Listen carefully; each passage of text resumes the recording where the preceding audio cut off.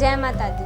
केदारनाथ ज्योतिर्लिंग की स्थापना का इतिहास संक्षेप में यह है कि हिमालय के केदार श्रृंग पर भगवान विष्णु के अवतार महातपस्वी नर और नारायण शिव जी की तपस्या करते थे। उनकी आराधना से प्रसन्न होकर भगवान शंकर प्रकट हुए। शिव जी ने नर नारायण से वरदान मांगने के लिए कहा। तब नर नारायण ने वरदान मांगा कि शिव जी हमेशा यहीं रहें ताकि अन्य भक्तों को भी शिव जी के दर्शन करने का मौका मिले। ये बात सुनकर शिव जी ने कहा कि अब से वे यहीं रहेंगे और ये क्षेत्र केदार क्षेत्र के नाम से प्रसिद्ध होगा। पंचकेदार की कथा ऐसी मानी जाती है कि महाभारत के युद्ध में विजयी होने पर पांडव भ्रातृहत्या के पाप से मुक्ति पाना चाहते थे। इसके लिए भगवान शंकर का आशीर्वाद पाना चाहते थे, लेकिन वे उन लोगों से रुष्ट थे। भगवान शंकर के दर्शन के लिए पांडव काशी गए, पर वे उन्हें वहां नहीं मिले। वे लोग उन्हें खोजते हुए हिमालय तक आ पहुँचे। भगवान शंकर पांडवों को दर्शन नहीं देना चाहते थे, इसलिए वे वहां से अंतर्ध्यान होकर केदार में जा बसे। दूसरी ओर पांडव भी लगन के पक्के थे। वे उनका पीछा करते करते केदार पहुंच ही गए। भगवान शंकर ने तब तक बैल का रूप धारण कर लिया और वे अन्य पशुओं में जा मिले। पांडवों को संदेह हो गया, अतः भीम ने अपना विशाल रूप धारण कर 2 पहाड़ों पर पैर फैला दिया।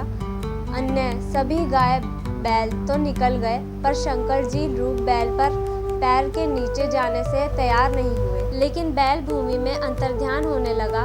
तब भीम ने बैल की त्रिकोणात्मक पीठ का भाग पकड़ लिया। भगवान शंकर पांडवों की भक्ति दृढ़ संकल्प से देखकर प्रसन्न हो गए। उन्होंने तत्काल दर्शन देकर पांडवों को पाप मुक्त कर दिया। उसी समय भगवान शंकर बैल की पीठ की आकृति पिंड के रूप में श्री केदारनाथ में पूजे जाते हैं। ऐसा माना जाता है कि जब भगवान शंकर बैल के रूप में अंतर्ध्यान हुए तो उनके धड़ से ऊपर का भाग काठमांडू में प्रकट हुआ। अब वहाँ पशुपतिनाथ का प्रसिद्ध मंदिर है। यह मंदिर 1-6 फीट ऊंचे चौकोर चबूतरे पर बना हुआ है। मंदिर में मुख्य भाग मंडप और गर्भगृह के चारों ओर प्रदक्षिणा पथ है। बाहर प्रांगण में नंदी बैल वाहन के रूप में विराजमान है।